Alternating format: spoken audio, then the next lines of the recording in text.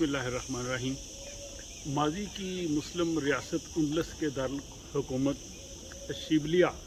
جسے آج کل سویہ یا بعض انگلش بولنے والے اس کو سویلا بھی کہتے ہیں،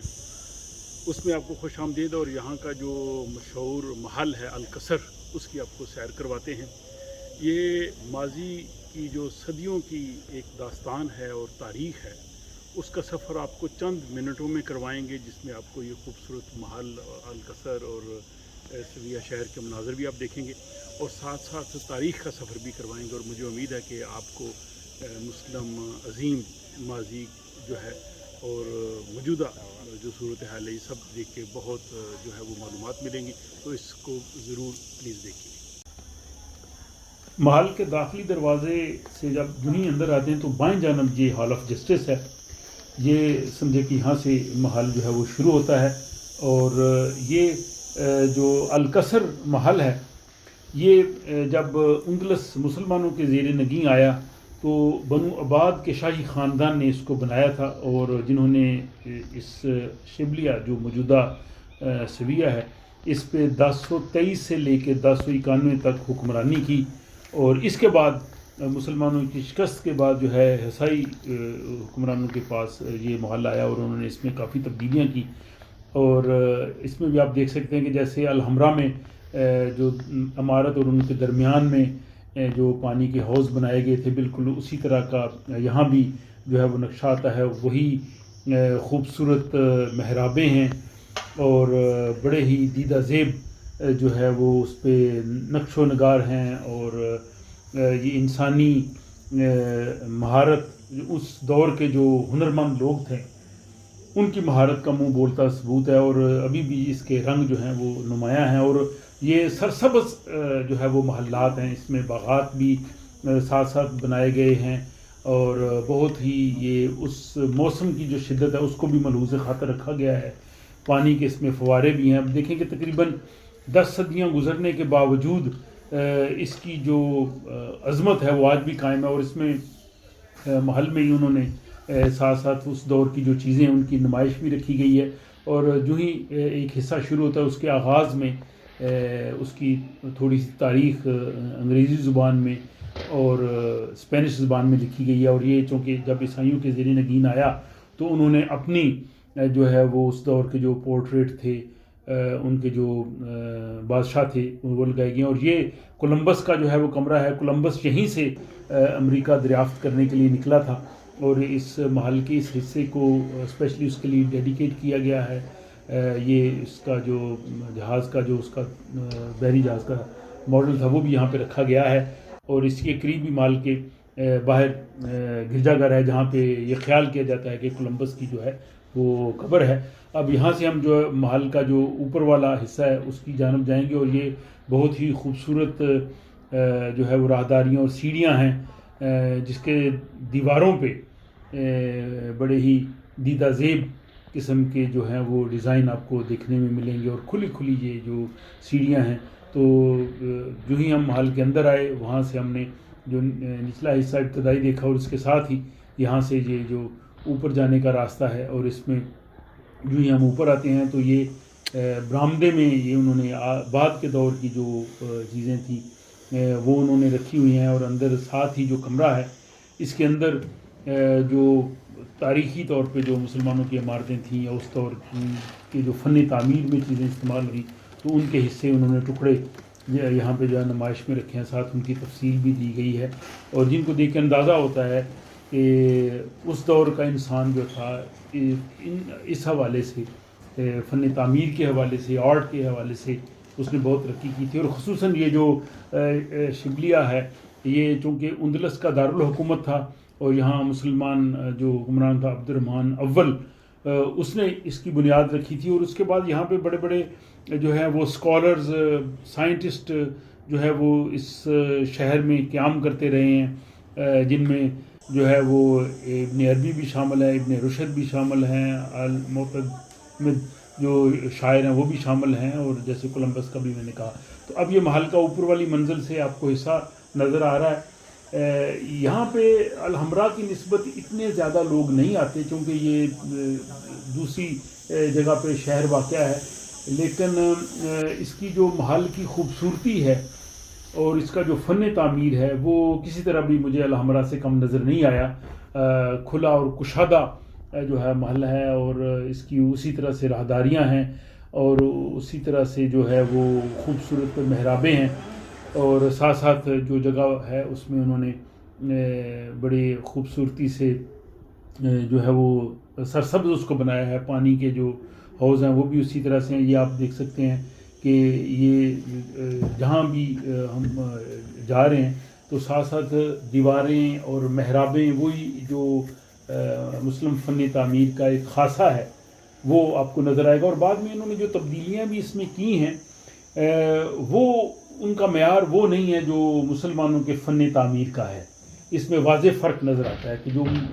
جو محلات جو تعمیر مسلمانوں کے دور میں ہوئی ہے اس میں دیواروں میں آپ کو عربی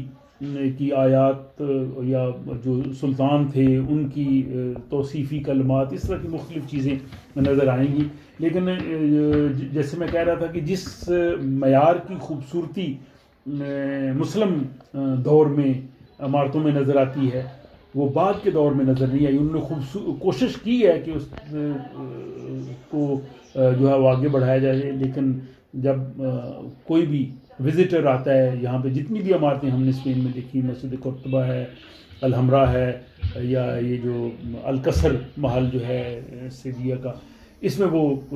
واضح فرق جو ہے وہ نظر آتا ہے. اور یہاں پہ آ کے ظاہر جو ایک دور کی تاریخ ہے وہ بھی ہمارے سامنے آتی ہے. جیسے کہ علامہ اقبال نے یہ کہا تھا کہ ہسپانیہ تو خون مسلماں کا امی ہے، مانند ہر میں پاک ہے تو میری نظر میں. یعنی انہوں نے اتنا زیادہ اس سرزمین کو مقام دیا. اور پھر کہا کہ پوشیدہ تیری خاک میں سجدوں کے نشاں ہیں، خاموش اذانیں ہیں تیری باد سحر میں. کہ ظاہر جہاں مسلمان ختم ہو گئے تو یہاں پہ ظاہر مساجد بھی بند کر دی گئی، لیکن علامہ کہتے ہیں کہ اذانیں جو ہیں وہ ان کی خاموش صدا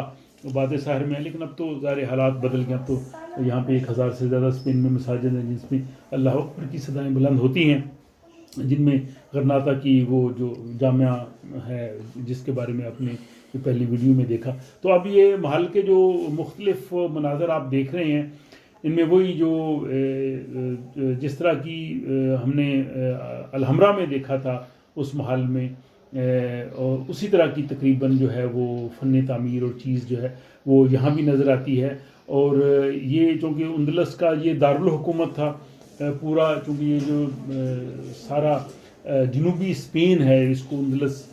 ہی کہتے تھے، اور چونکہ یہ دارالخلافہ تھا اس لحاظ سے یہ اس کی زیادہ امپورٹنس ہے. اور اسی لیے علامہ اقبال نے اس بارے میں لکھا کہ نصیب ان کا شبلیہ میں سوتا ہے، شب و روز ہے قرطبہ ان کو روتا. کہ وہ یہ چیزیں دیکھ کے انسان کو ظاہر ایک لحاظ سے ایک جو مسلمان جو وزٹر آتا ہے اس کو افسوس بھی ہوتا ہے کہ کبھی ہم اتنی زیادہ عظمت رفتہ کے مالک تھے اور بعد میں یہ زوال آ گیا اس پوری اسلامی سلطنت کو. لیکن اس میں جیسا کہ پہلے بھی کہا ہے کہ اس میں اپنی ہی خامیاں، جب مسلمان جو ہے وہ اچھے اصولوں پہ کاربند رہے، جب ان میں اتحاد اتفاق رہا اور وہ جہاں بانی اور باقی جو اصول تھے ان پہ قائم رہے تو ان کی عظمت رہی. لیکن جب آپس میں ہی ان کے اختلافات آئے تو یہ ساری چیزیں ان سے چھن گئی. اور یہ آپ دیکھ رہے ہیں کہ بڑی ہی خوبصورتی سے جو اس کے گنبد ہیں کہہ لیں اور جو محرابیں ہیں وہ بڑی ہی پیاری، میں سمجھتا ہوں کہ انجینئرنگ کا ایک بہترین نمونہ ہے. یورپ میں کم از کم ان معیار کی جو عمارتیں ہیں، الحمرا ہے یا مسجد قرطبہ ہے یا یہ جو القصر محل ہے شبلیہ کا، یا جس کو آج کل سویہ کہتے ہیں، تو اس معیار کی شاید عمارتیں اور کہیں نہیں ہوں گی. یہ اس چیز کی داد جو ہے وہ ہر کوئی دے گا کہ جو بھی یہاں پہ آئے گا. اور یہ اس کا میں سمجھتا ہوں اس محل کا جو مرکزی حصہ ہے جہاں پہ یہ چاروں طرف آپ کو عمارت نظر آ رہی ہے محرابوں کی صورت میں، اور بہت ہی خوبصورت قسم کی جو ہے وہ دیواروں پہ وہ نقش و نگار ہیں، اور بڑی ہی محنت سے جو ہے وہ اس معیار اور تعمیر آپ دیکھیں کہ 10 صدیاں تقریباً گزر گئی ہیں،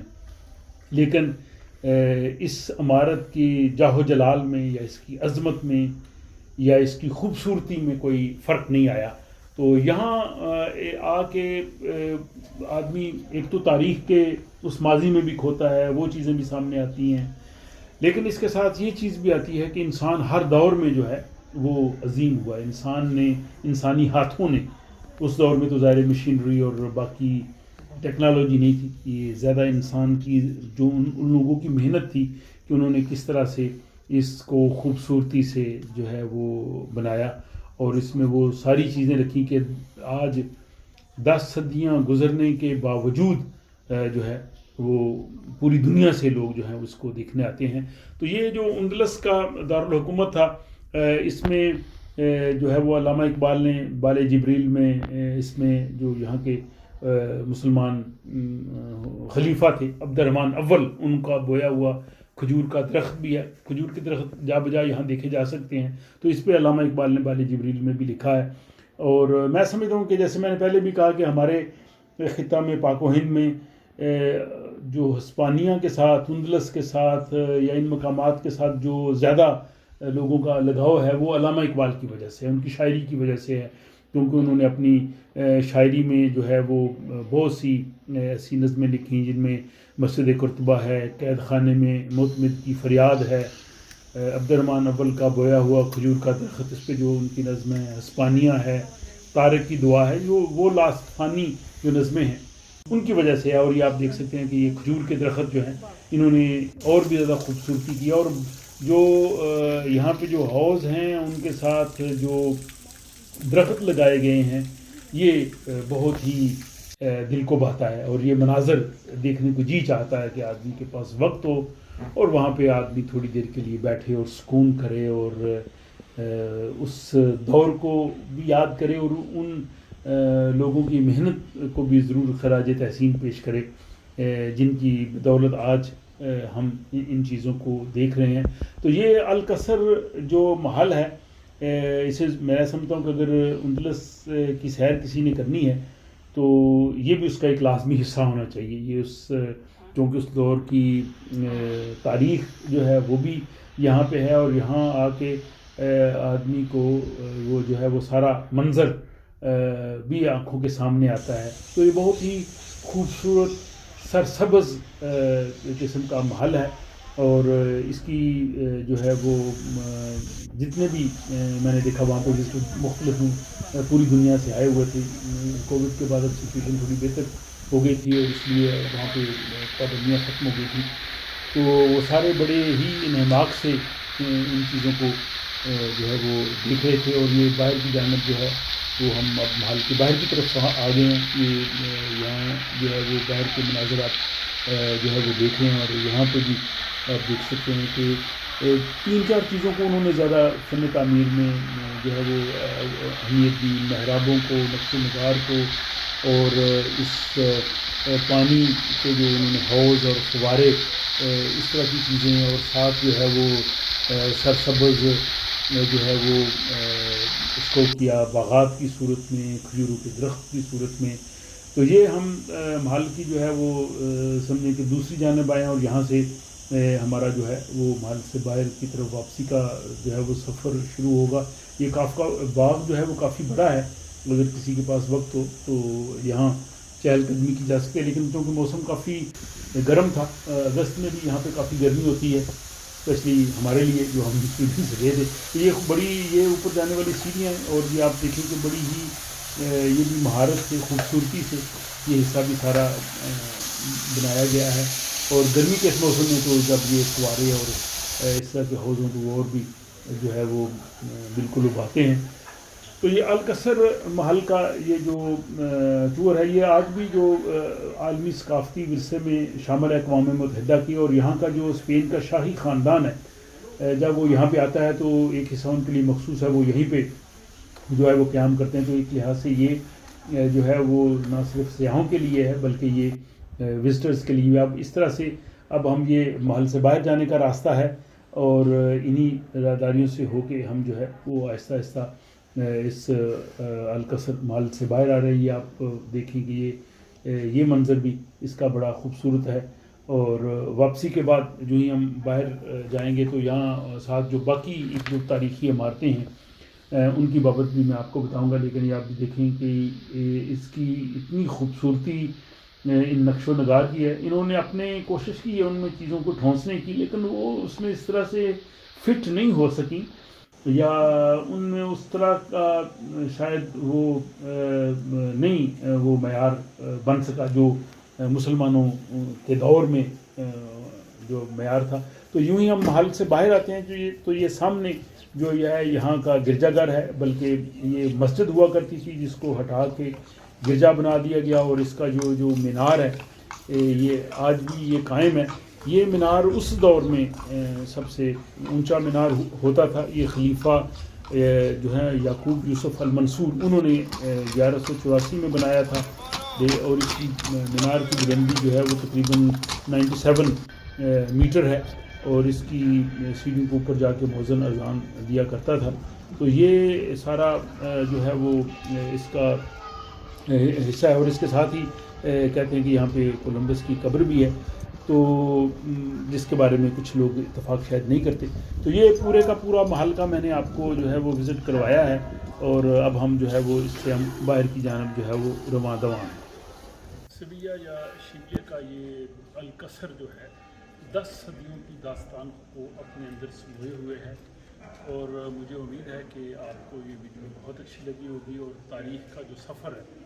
اس سے بھی آپ نے بہت کچھ سیکھا ہوگا کہ جب تک مسلمان اتحاد اور اتفاق سے رہے وہ کامیاب رہے. یہاں اسپین میں مسلم ریاست تقریباً 700 سال رہی. پہلے 300 سال ان کے عروج کا دور تھا، لیکن آخری 300-400 سال آپس میں خانہ جنگی و لڑائیوں کی نظر ہو گئے، جس کی وجہ سے بالآخر یہاں سے ان کی ریاست ختم ہو گئی. جو قوم یا جو بھی ریاست وہ بڑے غلطیاں کرتی ہے وہ اپنا تسلط قائم نہیں رکھ سکتی، وہ کامیاب نہیں ہو سکتی. جس کے بارے میں علامہ اقبال نے بہت خوب کہا ہے کہ تقدیر کے قاضی کا یہ فتویٰ ہے ازل سے، تقدیر کے قاضی کا یہ فتویٰ ہے ازل سے، ہے جرم ضعیفی کی سزا مرگ مفاجات. مجھے ضرور بتائیے گا کہ آپ کو یہ القصر کی ویڈیو کیسی لگی. اپنا خیال رکھیے گا اور مجھے دیجیے اجازت. خدا حافظ.